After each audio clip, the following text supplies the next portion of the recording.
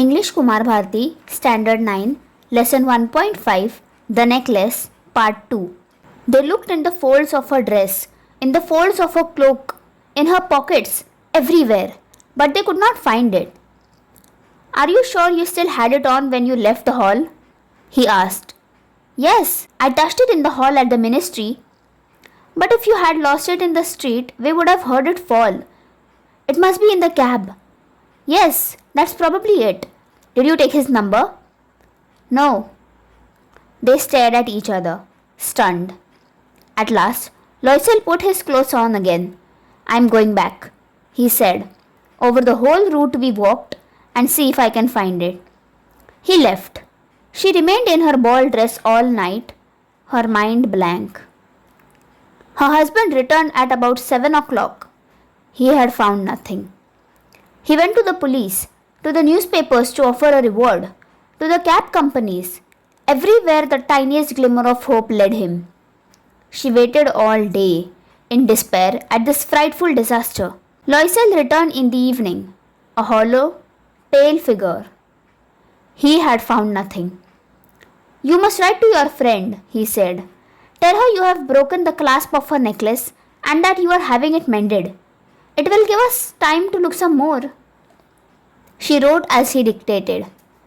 At the end of 1 week, they had lost all hope, and Loisel, who suddenly looked aged, declared, We must consider how to replace the jewel. And so they went from jeweler to jeweler, looking for a necklace like the other one, consulting their memories, both sick with grief and anguish. In a shop at the Palais Royal, they found a string of diamonds, which seemed to be exactly what they were looking for. It was worth 40,000 francs. They could have it for 36,000. So they begged the jeweler not to sell it for 3 days, and they made an arrangement that he would take it back for 34,000 francs if the other necklace was found before the end of February. Loisel had 18,000 francs which his father had left him. He would borrow the rest. And he did borrow. He gave notes, made ruinous agreements, dealt with every type of moneylender. Then he went to get the new necklace and laid down on the jeweller's counter 36,000 francs. When Madame Loisel took the necklace back, Madame Forestier said coldly, You should have returned it sooner. I might have needed it. From then on, Madame Loisel knew the horrible life of the very poor. But she played her part heroically. The dreadful debt must be paid. She would pay it. They dismissed their maid. They changed their lodgings. They rented a garret under the roof. She came to know the drudgery of housework, the odious labors of the kitchen. She washed the dishes, the dirty linen. She carried the garbage down to the street every morning and carried up the water, stopping at each landing to catch her breath, and dressed like a commoner. She had to bargain at markets, quarrel and face insults over every miserable sou. Each month, they had to pay some loans, renew other, get more time. Her husband worked extra every evening, doing accounts for a tradesman, and often, late into the night, he sat copying a manuscript at 5 sous a page. And this life lasted 10 years. At the end of 10 years, they had paid off everything, even the interest. Madame Loisel looked old now. Often, she brooded over the past. What would have happened if she had not lost that necklace? How strange life is. How fickle. How little is needed for the one to be ruined or saved. One Sunday, as she was walking in the Champs-Élysées, suddenly she saw Madame Forestier, still young, still beautiful, still charming.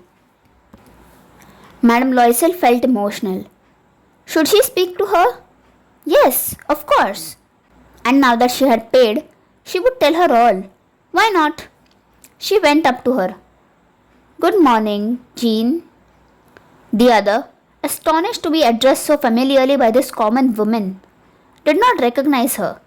She stammered. But, Madam, I don't know. You must have made a mistake. No, I'm Mathilde Loisel. Her friend uttered a cry. Oh, my poor Mathilde. How you've changed. Yes, I have had some hard times since I last saw you, and many miseries, and all because of you. Me? How can that be? You remember the diamond necklace that you lent me to wear to the ministry party? Yes. Well? Well, I lost it. What do you mean? You brought it back. I brought you back another exactly like it. And it has taken us 10 years to pay for it. It wasn't easy for us. We had very little. But at last it is over. And I'm very glad. Madame Forestier was stunned. You say that you bought a diamond necklace to replace mine? Yes. You didn't notice then? They were very similar. And she smiled with proud and innocent pleasure. Madame Forestier, deeply moved, took both her hands. Oh, my poor Mathilde. Mine was an imitation. It was worth 500 francs at most. Adapted from The Necklace by Guy de Maupassant.